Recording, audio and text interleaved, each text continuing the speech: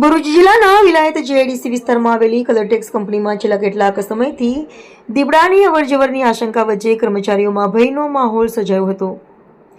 Company પરિસરમાં દીપડાના પગલાંની હલચલ જોવા મળતા તાત્કાલિક વન વિભાગને જાણ કરવામાં આવી હતી.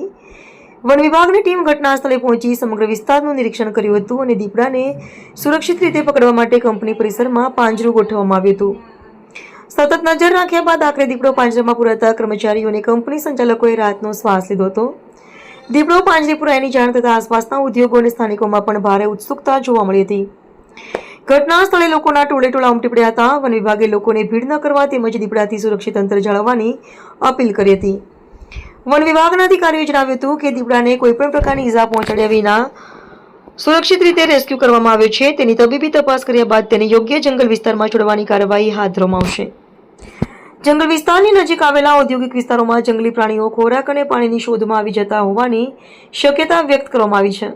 આ ઘટનાને પગલે વિલાયત જેઆઈડીસીના ઉદ્યોગોમાં સુરક્ષાને લઈને પણ ચર્ચા શરૂ થઈ છે. વન વિભાગે કંપનીઓને રાત્રિના સમયે સાવચેતી રાખવા, અજાણી હલચલ જણાય તો તાત્કાલિક જાણ કરવા અને કર્મચારીઓને સતર્ક રહેવા સૂચના આપી છે. સદનસીબે સમગ્ર ઘટનામાં કોઈ જાનહાની કે ઈજા થઈ નથી. દીપડાને સુરક્ષિત રીતે પાંજરે પુરાતા કંપનીના કર્મચારીઓ સહિત સમગ્ર વિલાયત જેઆઈડીસી વિસ્તારમાં રાહતનો માહોલ જોવા મળ્યો છે. રિપોર્ટર રવિ સૈયદ, વિલાયત.